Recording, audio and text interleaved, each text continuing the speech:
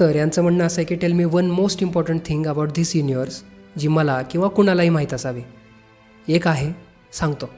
Welcome to one of the special episodes of our astronomy 101 series.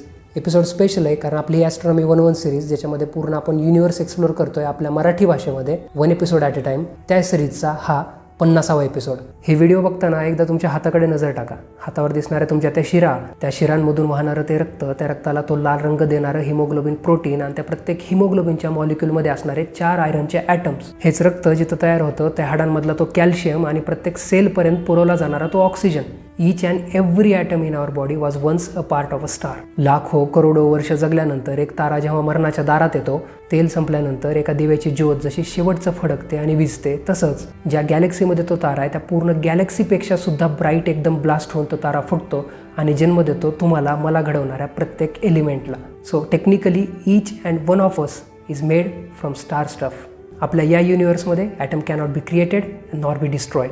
जेव्हा आपले पूर्वज म्हणतात, जेव्हा आपली संस्कृती म्हणते की या पंचतत्वांपासून आपण बनलेले आहेत, या मातीतच जन्मलो, या मातीतच मरणार, याच पंचतत्वांमध्ये विलीन होणार, this is what they talking about. कारण we are not living in this universe, we are the universe.